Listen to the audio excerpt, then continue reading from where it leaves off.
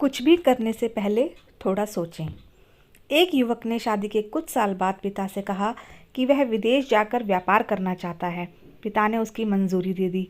युवक अपने माँ बाप और गर्भवती पत्नी को छोड़कर व्यापार करने विदेश चला गया। उसने विदेश में कड़ी मेहनत की और धन कमाया और वे बहुत अमीर सेठ बन गया। लगभग 15 वर्ष धन कमाने में बीत गए तो उसे वापस घर लौटने की इच्छा हुई। पत्नी को पत्र लिखकर उसने आने की सूचना दी और जहाज में बैठ गया। वह सेठ कुछ दिनों बाद अपने नगर पहुंचा। नगर के एक चौराहे पर ही उसने देखा कि एक व्यक्ति एक बोर्ड के साथ खड़ा था।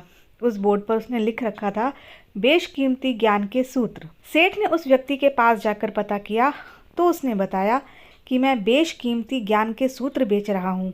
तो सेठ बोला, ठीक है, एक सूत्र मुझे भी दे दो। वह आदमी बोला, मेरे हर ज्ञान सूत्र की कीमत 100 स्वर्ण मुद्राएं हैं। सेठ को यह सौदा महंगा तो लगा, लेकिन उसने एक ज्ञान सूत्र खरीद लिया। उस व्यक्ति ने सेठ को ज्ञान का सूत्र दिया, कोई भी कार्य करने से पहले 2 मिनट रुककर सोच लेना। सेठ ने वह सूत्र अपनी डायरी में लिख लिया। सेठ को अपने घर पहुंचते पहुंचते रात हो गई। सेठ ने सोचा, इतने सालों बाद लौटा हूँ तो क्यों ना सीधे पत्नी के पास पहुंचकर उसे सरप्राइज दूं। घर के चौकीदारों को इशारों से अंदर कुछ भी कहने से मना कर दिया और सीधे पत्नी के कमरे में गया। वहां का नज़ारा देखकर वह चौंक गया। उसने देखा कि उसकी पत्नी के साथ एक युवक सोया हुआ था। यह देखकर सेठ गुस्से से आग बबूला हो गया। वह सोचने लगा, मैं परदेश में उसकी चिंता करता रहा और यह यहाँ अन्य पुरुष के साथ सो रही है। आज मैं इन दोनों को जिंदा नहीं छोड़ूंगा। वह गुस्से से अपनी तलवार निकालकर दोनों पर वार करने ही जा रहा था। इतने में उसे 100 स्वर्ण मुद्राओं के बदले जो ज्ञान सूत्र खरीदा था उसकी याद आ गई। कुछ भी कार्य करने से पहले 2 मिनट सोच लें। वह 2 मिनट सोचने के लिए रुका। उसने तलवार वापस पीछे हटाई, लेकिन वो किसी बर्तन से टकरा गई। बर्तन के गिरने की आवाज़ से पत्नी की नींद खुल गई। आँख खोलते ही उसने अपने सामने अपने पति को देखा तो वह बहुत खुश हो गई और बोली, आपके बिना जीवन सूना सूना था।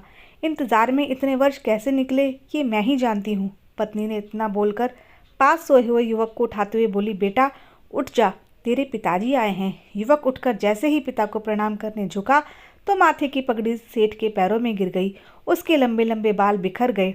सेठ की पत्नी ने कहा, यह आपकी बेटी है, इसके सम्मान को कोई आँच ना आए, इसलिए मैंने इसे बचपन से ही पुत्र के समान पालन पोषण और संस्कार दिए हैं। यह सुनकर सेठ की आंखों से आंसू की धारा बह निकली। उसने और बेटी को गले लगा लिया और सोचने लगा, यदि आज मैंने उस ज्ञान सूत्र पर अमल नहीं किया होता तो आवेश में आकर कितना अनर्थ हो जाता। मेरे हाथों से मेरा ही निर्दोष परिवार खत्म हो जाता। दोस्तों, हमें इस कहानी से शिक्षा मिलती है कि जल्दबाजी में आकर कोई निर्णय ना लें, क्योंकि जब हम आवेश में होते हैं तो हमें अच्छे बुरे का ख्याल नहीं रहता है। इसलिए गुस्सा होने की स्थिति में कोई भी निर्णय ना लें। कुछ देर रुकें और दिमाग ठंडा होने दें और फिर सोचें कि क्या सही है क्या गलत है। आपको ये कहानी कैसी लगी हमें कमेंट करके ज़रूर बताइएगा और ऐसी ही प्रेरणादायक कहानियाँ सुनने के लिए हमारे चैनल को सब्सक्राइब कीजिए, इस वीडियो को लाइक कीजिए और शेयर कीजिए। धन्यवाद।